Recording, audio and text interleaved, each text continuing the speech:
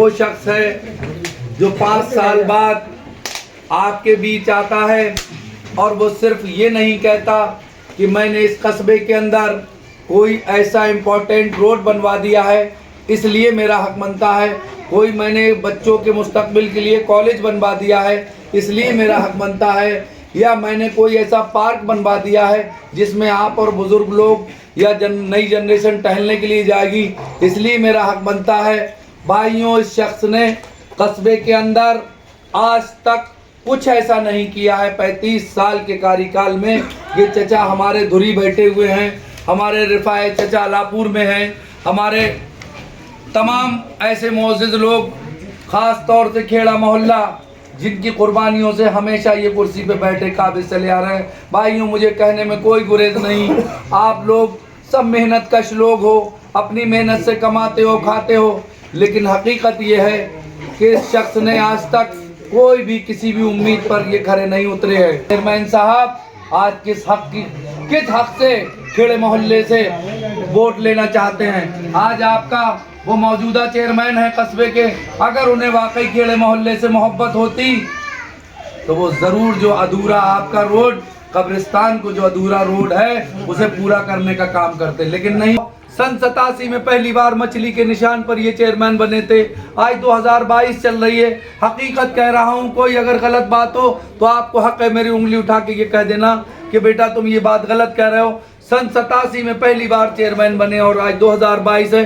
35 साल के कार्यकाल में मैं चेयरमैन साहब से ये पूछना चाहता हूँ, एक जनप्रतिनिधि या जनता का व्यक्ति होने के नाते से जनता के माध्यम से ये पूछना चाहता हूँ, भले ही आप लोग लिहाज में नहीं पूछ पाते हो, ये पूछा कभी किसी ने कि आज तक चेयरमैन साहब आप ये बताओ, इस कस्बे के मुस्तकबिल के लिए, इस कस्बे के विकास के लिए आज तक आपने कुछ कर दिया हो तो आपका हक बनता है। सही बात तो ये है, ये लोग आते हैं चुनाव के वक्त में माफ़ी मांगते हैं और कहते हैं कि भाइयों हमने अगर अभी तक कुछ नहीं किया है तो आगे करेंगे। तो मैं आप लोगों से ये कहना चाहता हूँ, इस 35 साल का कार्यकाल बहुत लंबा कार्यकाल होता है।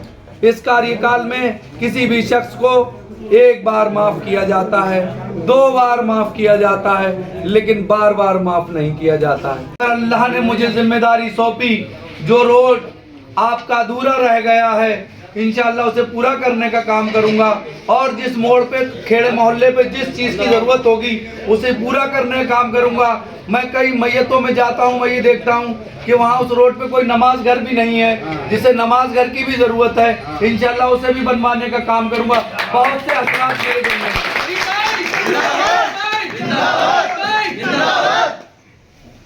आपका भाई, आपका ये बेटा, ये अलग बात है, कभी इस कस्बे का चेयरमैन ना रहा, लेकिन मैं एक इंटरमीडिएट कॉलेज का मैनेजर ज़रूर रहा हूँ, एक कोऑपरेटिव सोसाइटी का चेयरमैन ज़रूर रहा हूँ। लोग ये अफवाहें उड़ाते हैं, उसने अरे फ़हीम तो बहुत काबिल आदमी है, इसे चेयरमैन मत बना देना, ये टाउन एरिया बेच लेगा, ये कर देगा, वो कर देगा।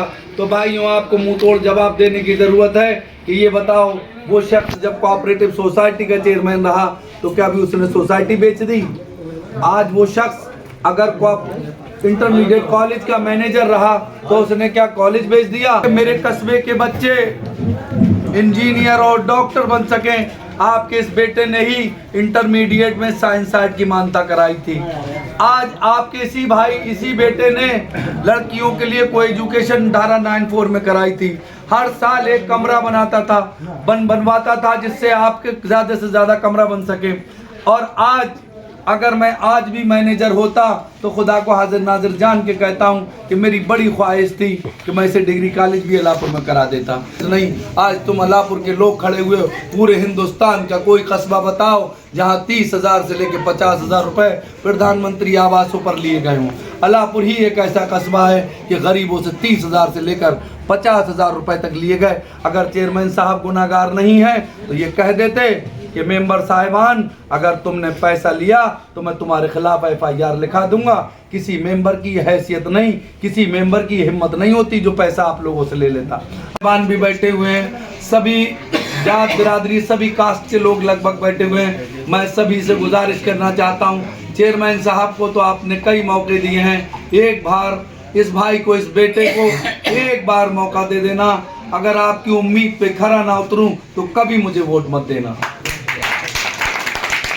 यकीन करना फरीद भाई, अगर आप लोगों ने मुझे इस बार जिम्मेदारी नहीं सौंपी तो मैं खुदा की कसम खा के कहता हूँ कभी चुनाव में लड़ूंगा, क्योंकि मैं आपकी हमदर्दी करना चाहता हूँ, आपको कलेजे से लगाना चाहता हूँ, और आप मुझसे दूर भाग रहे हो तो ये मेरा आखिरी इलेक्शन समझ लेना।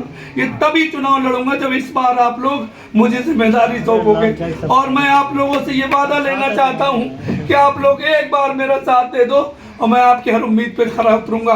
खुदा हाफिज। क्या आप लोगों ने अपना ये कीमती वक्त निकाल कर मुझसे आए और मुझे अपनी बात कहने का मौका दिया, इस बात के लिए मैं आपका तहे दिल से शुक्रिया अदा करता हूँ। भाइयों, अलापुर लगभग 50,000 की आबादी है, 20-22 हज़ार वोट है, हमारे यहाँ 22 हज़ार वोट है लगभग। यहाँ पर 3,000 से लेकर लगभग 5,000 लोग हमारे कस्बे के अलापुर में, यहाँ दिल्ली में रहते हैं अलापुर के। इसी मकसद से मैं आया हूँ और लोगों से वोट मांग रहा हूँ, और मुझे भरपूर लोगों का प्यार मिल रहा है। कल मैं राज कॉलोनी सीलमपुर में गया था, वहाँ भी हमारे रिजवान भाई, फुरकान भाई, मेराज मंसूरी साहब, हसीन भाई और इनकी पूरी टीम ने, वाहिद भाई, कल मुझे सोने का मुकुट पहनाकर मेरी हौसला अफजाई की थी, और असलम अंसारी साहब ने भी, तमाम लोगों ने मेरी हौसला अफजाई की। अभी भी मैं पप्पू अंसारी साहब के कारखाने में गया था, मुझे बड़ा प्यार मिला, वहाँ भी मुझे पूरी हौसला अफजाई सभी लोग मुझे मेरी कर रहे हैं। कबीर नगर में पहुँचा तो वहाँ भी काफ़ी प्यार मुझे मिला। मैं दिल्ली आने के बाद ऐसा महसूस कर रहा हूँ कि आज दिल्ली में नहीं बल्कि अपने अलापुर में घूम रहा हूँ। जिस तरह से अलापुर में आप पढ़े लिखे लोग हैं, पढ़े लिखे लोग समाज होने के बावजूद भी वहाँ की जो जनता है वो आप जैसे लोगों को नहीं चुनती, क्या वजह मानते हैं? भाइयों, जनता की बात यह है, मैं बहुत कम अंतराल से पिछली बार चुनाव हार गया था।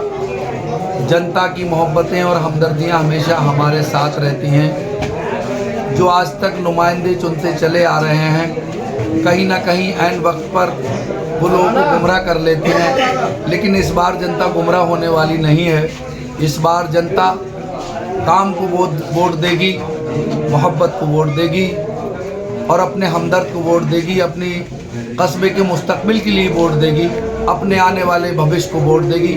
मुझे भरोसा ये है कि इस बार जनता हमारी उम्मीदों पर खरी उतरेगी, और मेरी भी ये जिम्मेदारी बनती है जो जनता मुझ पे जिस भरोसे के साथ चुने, मैं खुदा मुझे ताकत दे कि मैं भी उनके भरोसे पर खरा उतरूँ। किन किन मुद्दों को लेकर चुनाव में जाओगे वहाँ पर?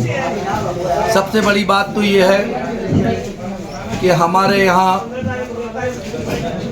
यहाँ जो अभी तक चेयरमैन साहिबान रहे हैं, उन्होंने कस्बे का कोई भी सौंदर्यीकरण किसी प्रकार का नहीं किया है। चौराहों का सौंदर्यीकरण होना चाहिए, बुजुर्गों के टहलने के लिए पार्क भी कस्बे में होना चाहिए।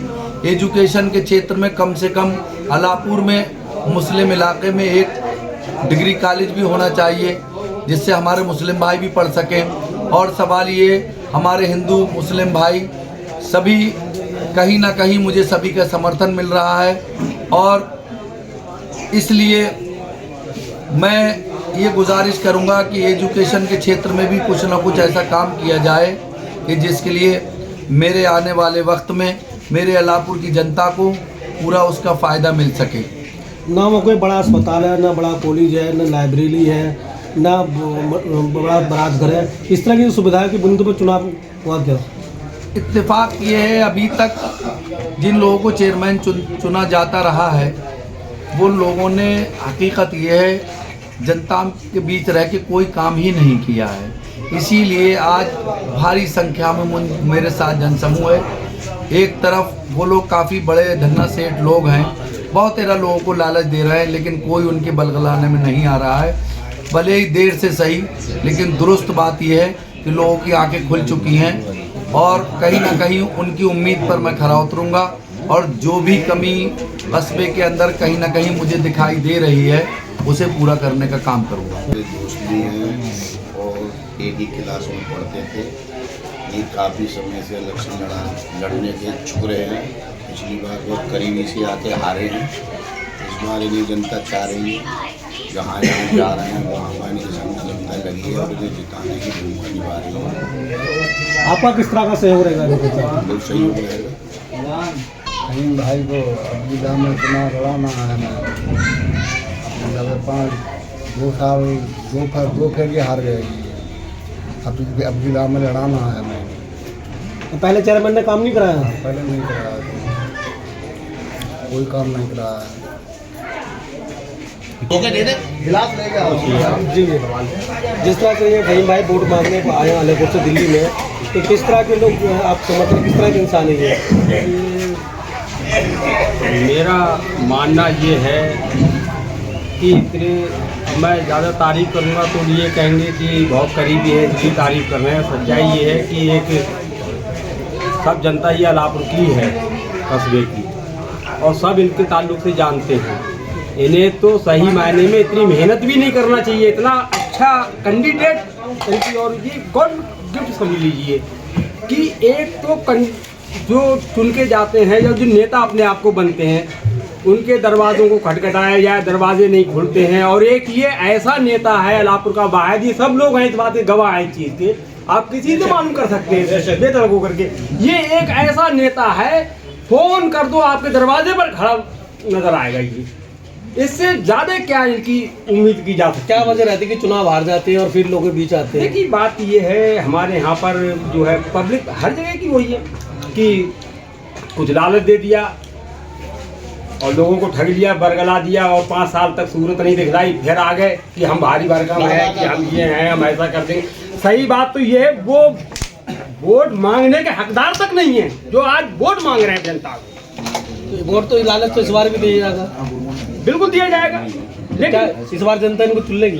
देखिए वो एक मिसाल फिर वो अभी टीवी पे भी चल रही है कि रोटी को पलटना चाहिए।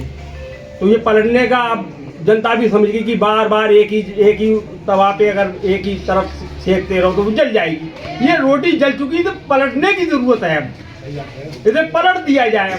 जनता पूरा मूड बना बैठी है, इस रोटी को पलटना है और फहीम भाई को बहुत ही मजबूती से, बहुत ही ज्यादा मजबूती से जिताना। फहीम भाई जिंदाबाद, फहीम भाई जिंदाबाद, फहीम भाई जिंदाबाद।